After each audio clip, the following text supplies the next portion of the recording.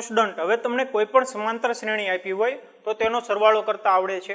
हवे आपणे चेप्टरमां थोड़ा आगळ जईए अने आपणे एक एक्जाम्पल जोयो तो शकीला अने तेनी पुत्री वाळो।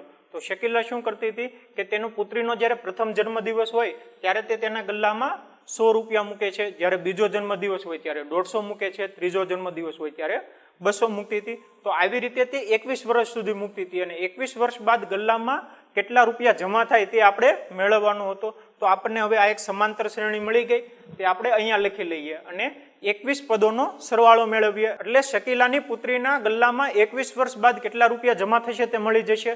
તો આપણને આ જે શ્રેણી છે એ શ્રેણી માટે પ્રથમ પદ a બરાબર કેટલું થશે 100, સામાન્ય તફાવત d બરાબર કેટલો થશે 50 અને ટોટલ પદ n બરાબર કેટલા થશે 21, કેમ કે 21 વર્ષ બાદ ગલ્લામાં કેટલા જમા થશે તે આપણે મેળવવાનું છે। તો આપણને સૂત્ર ખબર છે સરવાળાનું Sn = n / 2 બ્રેકેટમાં 2a + n - 1 * d। હવે આ જે સૂત્ર છે એ સૂત્રની અંદર આપણે જો a d અને n ની કિંમત મૂકી દેવી તો આપણને સરવાળો મળી જાય। તો કિંમત મૂકો તો Sn એટલે કે S21 પ્રથમ 21 પદોનો સરવાળો = કેટલા થશે 21 / 2 બ્રેકેટમાં 2 * a બરાબર 100 પ્લસ n - 1 એટલે કે 20 - 1 = 20 * d બરાબર 50 તો કેટલા થશે 21 / 2 2 * 100 200 પ્લસ 20 * 50 5 દુ 10 પાછળ બે મીંડા 1000 = 21 / 2 કેટલા થશે 200 + 1000 1200 / 2 એટલે કે 600 600 * 21 કેટલા થશે 21 * 6 કરો તો કેટલા થશે 21 * 6 6 * 6 6 દુ 12 126 પાછળ બે મીંડા એટલે 12600 એટલે એનો મતલબ શું છો કે શકીલાની પુત્રીના ગલ્લામાં 21 વર્ષ બાદ રૂપિયા 12600 જમા થશે। સમજાઈ ગયું સ્ટુડન્ટ? તો સ્ટુડન્ટ આવી જ રીતે આપણે સ્ટાર્ટિંગમાં બીજો એક એક્ઝામ્પલ જોયો હતો। તે એક્ઝામ્પલમાં શું હતું કે તે એક્ઝામ્પલમાં અહીંયા એક હરીફ હતો અને ડોલ હતી। તે શું કરતો હતો કે પ્રથમ બટેકું ઉપાડીને ડોલમાં નાખતો હતો, એવી જ રીતે બીજું ઉપાડીને ડોલમાં નાખતો હતો અને ત્રીજું ઉપાડીને ડોલમાં નાખતો હતો। એવી રીતે અહીંયા કેટલા ટોટલ બટેકા ગોઠવેલા હતા ટોટલ 10 બટેકા ગોઠવેલા હતા। આપણે શું મેળવવાનું હતું કે આપણે મેળવવાનું હતું કે આ જે હરીફ છે એ હરીફ ટોટલ કેટલું અંતર કાપશે તે આપણે મેળવવાનું હતું। હવે સમાંતર શ્રેણીના મદદથી તે કેટલું અંતર કાપશે તે આપણે કઈ રીતે મેળવશું? તો સૌથી પહેલા તો જ્યારે તે પ્રથમ બટેકું ઉપાડે છે ત્યારે તે કેટલું અંતર કાપશે, એવી જ રીતે બીજું ઉપાડે ત્યારે કેટલું કાપશે, એવી જ રીતે ત્રીજું ઉપાડે ત્યારે કેટલું કાપશે તે આપણે મેળવી લઈએ અને એક સમાંતર શ્રેણી મેળવીએ। તો જે હરીફ છે એ હરીફ જ્યારે પ્રથમ બટેકું ઉપાડશે અને પાછો રિટર્ન ડોલમાં નાખશે ત્યારે કેટલું અંતર કાપ્યું છે? હવે પ્રથમ બટેકું કેટલા અંતરે છે 5 મીટરના અંતરે છે। તો ડોલથી સ્ટાર્ટ કરીને બટેકું ઉપાડે ને ફરીવાર પાછો ડોલમાં નાખે તો કેટલું અંતર કાપે 5 * 2 બરાબર 10 મીટર અંતર કાપશે। હવે જ્યારે તે બીજું બટેકું ઉપાડે છે તો બીજું બટેકું ઉપાડે ત્યારે કેટલું અંતર કાપે 5 + 3 અને પાછો રિટર્ન જાય એટલે કે 5 + 3 * 2 કેટલા થયા 16। એવી જ રીતે હવે તે ત્રીજું બટેકું ઉપાડે છે તો કેટલું અંતર કાપશે કે 5 + 3 + 3 કેટલા થયા 11 અને પાછો રિટર્ન જાય છે એટલે કે × 2 = 22। તો આવી રીતે આપણને એક સમાંતર શ્રેણી મળી જાય। કઈ સમાંતર શ્રેણી મળે 10 16 22 આપણને આવી સમાંતર શ્રેણી મળી ગઈ। તો હવે આ જે પ્રથમ બટેકું ઉપાડે ત્યારે 10 મીટર અંતર કાપે, બીજું ઉપાડે ત્યારે 16 મીટર કાપે, ત્રીજું ઉપાડે ત્યારે 22 મીટર કાપે, એવી રીતે તે 10મું ઉપાડશે ત્યારે કંઈક અંતર કાપતો હશે। તો આપણને હવે આ જે સમાંતર શ્રેણી છે એના પ્રથમ 10 પદોનો સરવાળો મેળવવાનું આપણને સૂત્ર ખબર છે। કયું છે કે S10 = n / 2 બ્રેકેટમાં 2a + n - 1 * d। n બરાબર કેટલા છે 10 છે। પ્રથમ 10 પદોનો આપણે જો સરવાળો મેળવવો હોય તો n બરાબર કેટલા થાય 10 થાય। a એટલે કે પ્રથમ પદ કેટલું થશે 10 થશે। d સામાન્ય તફાવત કેટલો થશે 16 - 10 કેટલા થશે 6। એટલે આપણને હવે બધી ખબર છે તો આ સૂત્રમાં અંદર કિંમત મૂકી દઈએ તો = કેટલા થશે n / 2 એટલે કે 10 / 2 બ્રેકેટમાં 2 * a બરાબર કેટલા છે 10 એટલે કે 10 પ્લસ n - 1 એટલે કે 10 - 1 એટલે કે 9 * d એટલે કે 16 - 10 કેટલા થશે 6 થશે = કેટલા થયા 5 દુ 10 એટલે કે 5 વત્તા 10 ઇન્ટુ 2 એટલે કે 20 પ્લસ 6 નવા 54 54 ઇઝ ઇક્વલ ટુ 5 ઇન્ટુ બ્રેકેટમાં 20 પ્લસ 54 કેટલા થશે 74 74 ઇન્ટુ 5 કેટલા થશે 370 એનો મતલબ શું છો કે એનો મતલબ એમ થાય કે જે હરીફ છે એ હરીફ ટોટલ કેટલા મીટર અંતર કાપશે 370 મીટર સમજાઈ ગયું સ્ટુડન્ટ તો સ્ટુડન્ટ હવે આપણે થોડાક એક્ઝામ્પલ જોઈએ કે કોઈ એક શાળામાં વિદ્યાર્થીઓના સમગ્ર શૈક્ષણિક પ્રદર્શન માટે અપાતા 7 ઇનામો માટે કુલ રૂપિયા 700 ની જોગવાઈ કરવાની છે જો પ્રત્યેક ઇનામ આગળના ઇનામ કરતા રૂપિયા 20 ઓછું હોય તો પ્રત્યેક ઇનામની રકમ શોધો તો આ એક્ઝામ્પલ જુઓ આ એક્ઝામ્પલમાં શું આપ્યું છે કે આ એક્ઝામ્પલમાં 7 ઇનામો છે ટોટલ અને 7 ઇનામો માટે કેટલા રૂપિયા છે 700 રૂપિયા છે એનો મતલબ શું છો કે જે 7 ઇનામનો જે સરવાળો છે એ સરવાળો કેટલો થાય 700 રૂપિયા એટલે આપણને શું આપેલું છે કે S7 ઇઝ ઇક્વલ ટુ 700 આપેલું છે સમજાય છે સ્ટુડન્ટ કે 7 ઇનામો માટે કુલ 700 રૂપિયા છે એટલે કે S7 is equal two 700 S7 છે 700 એટલે કે n બરાબર આપણને 7 આપેલું છે અને બીજું શું આપ્યું છે કે જો પ્રત્યેક ઇનામ આગળના ઇનામ કરતા 20 રૂપિયા ઓછું હોય 20 રૂપિયા ઓછું હોય એટલે કે સામાન્ય તફાવત આપેલો છે સામાન્ય તફાવત કેટલો છે કે D ઇઝ ઇક્વલ ટુ -20 સમજાય છે સ્ટુડન્ટ જો પ્રત્યેક ઇનામ આગળના ઇનામ કરતા રૂપિયા 20 ઓછું હોય તો એનો મતલબ શું થયો કે માની લો કે પ્રથમ ઇનામ 100 નું છે તો બીજું ઇનામ કેટલાનું થાય 100 કરતા 20 ઓછું એટલે કે 80 નું થાય સમજાય છે પછીનું ઇનામ કેટલાનું થાય 60 નું સમજાઈ ગયું સ્ટુડન્ટ કે જો 100 હોય તો 80 60 હવે આનો જો સામાન્ય તફાવત D મેળવીએ તો કેટલો થાય 80 - 100 ઇઝ ઇક્વલ ટુ -20 તો D બરાબર -20 છે આપણે શું મેળવવાનું છે તો પ્રત્યેક ઇનામની રકમ શોધો પ્રત્યેક ઇનામની રકમ આપણે મેળવવાની છે તો સ્ટુડન્ટ હવે આપણે આ જે ડેટા છે એ ડેટા ઉપરથી આપણે પ્રથમ પદ મેળવી લઈશું એટલે કે જે પ્રથમ ઇનામ છે તે આપણે મેળવી લઈએ જો S7 ઇઝ ઇક્વલ ટુ 700 હોય તો આપણને ખબર છે કે Sn is equal to n divide by 2 બ્રેકેટમાં 2a plus n minus 1 into D Sn બરાબર કેટલા છે 700 is equal to n divide by 2 n એટલે કે 7 ડિવાઇડ બાય 2 બ્રેકેટમાં 2 ઇન્ટુ a આપણે મેળવવાના છે એટલે કે 2a પ્લસ n માઇનસ 1 એટલે કે 7 માઇનસ 1 એટલે કે 6 ઇન્ટુ D બરાબર -20 સમજાઈ ગયું સ્ટુડન્ટ હવે 7 અહીંયા 100 વધશે 100 into 2 200 is equal two 2a plus 6 into -20 એટલે કે -120 -120 છે ઇઝ ઇક્વલ ટુ ની આ બાજુ આવી જાય તો પ્લસ થઈ જાય એટલે કે 200 પ્લસ 120 એટલે કે 320 ઇઝ ઇક્વલ ટુ 2a માટે a બરાબર કેટલા મળે 320 divide by 2 is equal to 160 એનો મતલબ શું થયો કે જે પ્રથમ ઇનામ છે એ પ્રથમ ઇનામ કેટલું થયું 160 એના પછીનું ઇનામ કેટલું થાય તો 160 માંથી 20 ઓછું એટલે કે 140 તો પ્રથમ ઇનામ કેટલું મળ્યું 160 એના પછીનું ઇનામ કેટલું થાય એમાંથી 20 ઓછું એટલે કે 140 એના પછીનું ઇનામ કેટલું થાય 140 માંથી 20 ઓછું એટલે કે 120 પછી 20 ઓછું એટલે કે 100 પાછું 20 ઓછું એટલે કે 80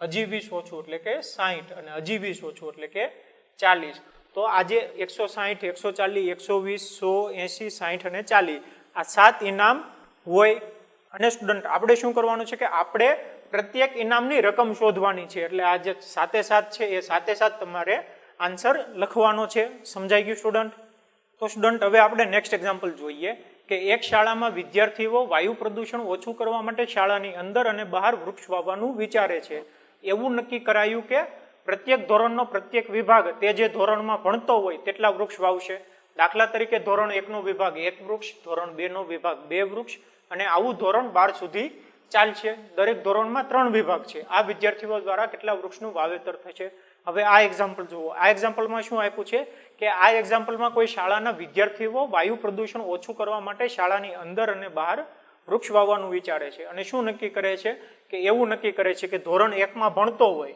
તો ધોરણ 1 નો વિભાગ કેટલા વૃક્ષ વાવશે 1 વૃક્ષ વાવશે અને ધોરણ 1 માં ટોટલ કેટલા વિભાગ છે 3 વિભાગ છે એટલે ત્રણેય વિભાગ એક વૃક્ષ વાવશે એટલે ધોરણ 1 માં ટોટલ કેટલા વૃક્ષ વવાશે મલ્ટીપ્લાય બાય 3 બરાબર 3 હવે જો બીજું ધોરણ ભણતો હોય તો બીજું ધોરણનો એક વિભાગ કેટલા વૃક્ષ વાવશે 2 વૃક્ષ વાવશે અને બીજું ધોરણમાં પણ કેટલા વિભાગ છે? 3 વિભાગ છે. દરેક ધોરણમાં 3 વિભાગ છે, એટલે કે ધોરણ 2 માં પણ 3 વિભાગ હશે, એટલે બધાય 2 વૃક્ષ વાવશે, એટલે 2 × 3 કેટલા થયા? 6. એવી રીતે જો ત્રીજું ધોરણ હોય તો ત્રીજું ધોરણ કેટલા વૃક્ષ વાવશે? કે ત્રીજું ધોરણ છે એ 3 વૃક્ષ વાવશે, અને ટોટલ કેટલા વિભાગ? 3 વિભાગ, એટલે કે 3 વિભાગ 3 વૃક્ષ વાવશે, એટલે કે × 3 કેટલા થયા? 9. તો આવી રીતે આપણને 12 સુધીની એક સમાંતર શ્રેણી મળી જાય. તો હું લખી શકું કે ધોરણ 1 ના વિદ્યાર્થીઓ દ્વારા થતા વૃક્ષનું વાવેતર બરાબર કેટલું થશે? કે 1 × 3 3. ધોરણ 2 ના વિદ્યાર્થીઓ દ્વારા થતું વૃક્ષનું વાવેતર બરાબર કેટલું થશે? કે 2 × 3 બરાબર 6. એવી જ રીતે ધોરણ 3 ના વિદ્યાર્થીઓ દ્વારા થતું વૃક્ષનું વાવેતર કેટલું થશે? કે 3 × 3 9. તો આવી રીતે આપણને એક સમાંતર શ્રેણી મળી જાય કે 3, 6, 9 એવી રીતે સમાંતર શ્રેણી મળી જાય. હવે આ જે સમાંતર શ્રેણી મળી એ સમાંતર શ્રેણીના જો પ્રથમ 12 પદોનો આપણે સરવાળો કરી દઈએ તો આપણને મળી જાય કે વિદ્યાર્થીઓ દ્વારા કેટલા વૃક્ષનું ટોટલ વાવેતર થશે. સમજાઈ ગયું સ્ટુડન્ટ?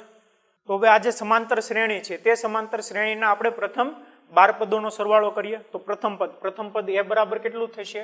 કે એ બરાબર 3. સામાન્ય તફાવત d બરાબર કેટલો થશે? કે d બરાબર 6 - 3 3, એટલે કે d બરાબર 3 થશે. અને n બરાબર કેટલા? આપણે 12 ધોરણ છે, એટલે કે n બરાબર 12 થશે. હવે આનો સરવાળો મેળવીએ તો Sn = n/2 બ્રેકેટમાં 2a + n - 1 × d. n બરાબર આપણે 12 મૂકી દઈએ, a બરાબર 3 અને d બરાબર 3. તો આપણને ટોટલ વૃક્ષની સંખ્યા મળી જશે. તો હવે આપણે જોઈએ કે શું થઈ જાય છે. Sn = 12. તો કેટલા થશે? 12/2 બ્રેકેટમાં 2 × a બરાબર 3 + n - 1 એટલે કે 12 - 1 એટલે કે 11 × d = 3 છે. તો કેટલા થશે? 6 × 2 12 એટલે 6 × 3 × 2 6 + 11 × 3 એટલે કે 33 33 + 6 એટલે કે 39 6 × 39 કેટલા થશે? = 234. તો એનો મતલબ શું છે? કે એનો મતલબ એમ થાય કે જે વિદ્યાર્થીઓ દ્વારા ટોટલ વૃક્ષનું વાવેતર કેટલું થશે? 234. સમજાઈ ગયું સ્ટુડન્ટ? તો સ્ટુડન્ટ હવે આપણે નેક્સ્ટ એક્ઝામ્પલ જોઈએ કે વારાફરતી a અને b ને કેન્દ્ર લઈ ક્રમિક અર્ધવર્તુળોની મદદથી એક કુંતલ બનાવેલ છે. તેની શરૂઆત a થી થાય છે. આકૃતિમાં દર્શાવ્યા પ્રમાણે ત્રિજ્યાઓ 0.5 સેન્ટીમીટર, 1 સેન્ટીમીટર, 1.5 સેન્ટીમીટર, 2 સેન્ટીમીટર હોય તો આવા 13 ક્રમિક અર્ધવર્તુળોથી બનતા કુંતલની લંબાઈ શોધો. તો આ એક્ઝામ્પલ જુઓ. આ એક્ઝામ્પલમાં શું છે કે આ એક્ઝામ્પલમાં આપણને આવો એક કુંતલ આપેલો છે. તો આ જે કુંતલ છે એમાં ઉપરનો જે અર્ધવર્તુળ છે એની ત્રિજ્યા કેટલી છે? 0.5 સેન્ટીમીટર. આ જે નીચેનો અર્ધવર્તુળ છે નીચેના અર્ધવર્તુળની ત્રિજ્યા કેટલી છે? 1 સેન્ટીમીટર. અને આ જે બીજો ઉપરનો અર્ધવર્તુળ છે એની ત્રિજ્યા કેટલી છે? 1.5 સેન્ટીમીટર. અને આ જે નીચેનો અર્ધવર્તુળ છે એ નીચેના અર્ધવર્તુળની ત્રિજ્યા કેટલી છે? 2 સેન્ટીમીટર. આપણે શું કરવાનું છે કે આ જે કુંતલ છે એની આ જે અર્ધવર્તુળોથી જે કુંતલ બને છે એની જે લંબાઈ છે તે લંબાઈ મેળવવાની છે. તો આપણે જે અર્ધવર્તુળ બને છે એ અર્ધવર્તુળની સૌથી પહેલા તો લંબાઈ મેળવવી પડશે. તો અર્ધવર્તુળની લંબાઈ કઈ રીતે મેળવી શકીએ? તો સ્ટુડન્ટ એના માટે અહીંયા એક r ત્રિજ્યાનું વર્તુળ માની લો. જો આની ત્રિજ્યા r હોય તો વર્તુળનો પરિઘ શું થાય? 2πr. પરિઘ કોને કહેવાય? આ જે બોર્ડર છે એ બોર્ડરને પરિઘ કહેવાય. એટલે આ જે વર્તુળની લંબાઈ છે એ વર્તુળની લંબાઈને શું કહેવાય? 2πr. હવે જો અર્ધવર્તુળ હોય તો લંબાઈ કેટલી થશે? 2πr/2 એટલે કે πr. તો અર્ધવર્તુળની લંબાઈ કેટલી થશે? π × r. તો સ્ટુડન્ટ હવે હું લખી શકું આ જે પહેલો અર્ધવર્તુળ છે પહેલા અર્ધવર્તુળની લંબાઈ કેટલી થશે? કે પહેલા અર્ધવર્તુળની લંબાઈ બરાબર π × r.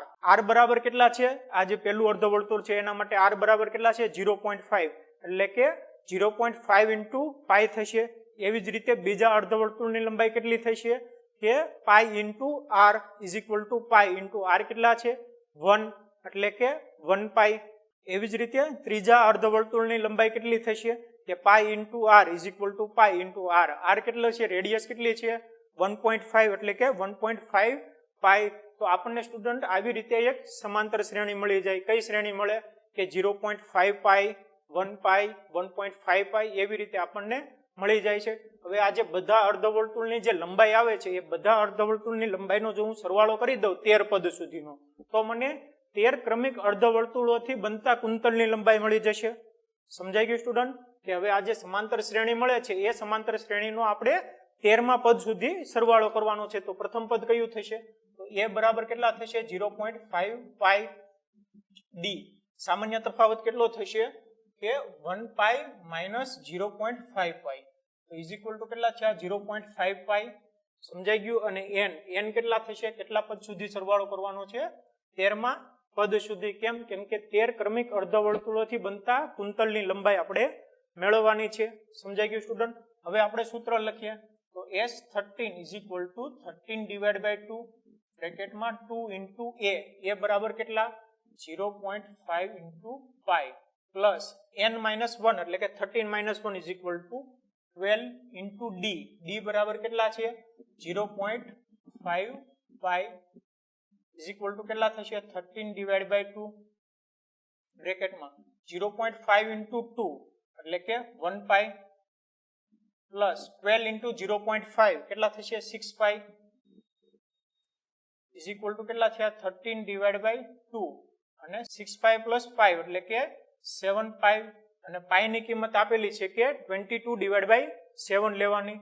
ઇઝ ઇક્વલ ટુ લખી શકું 13 divide by 2 into 7 into 22 divide by 7. 7 7 ઉડી ગયા. 11 દુ 22. 11 ઇન્ટુ 13 કેટલા થશે? 143 સેન્ટીમીટર. તો સ્ટુડન્ટ ખબર પડી કે જે 13 ક્રમિક અર્ધવર્તુળોથી બનતા કુંતલની લંબાઈ કેટલી થશે? 143 સેન્ટીમીટર. અહીંયા સ્ટુડન્ટ લાસ્ટમાં યુનિટ લખવાનું ભૂલતા નહીં. સમજાઈ ગયું સ્ટુડન્ટ?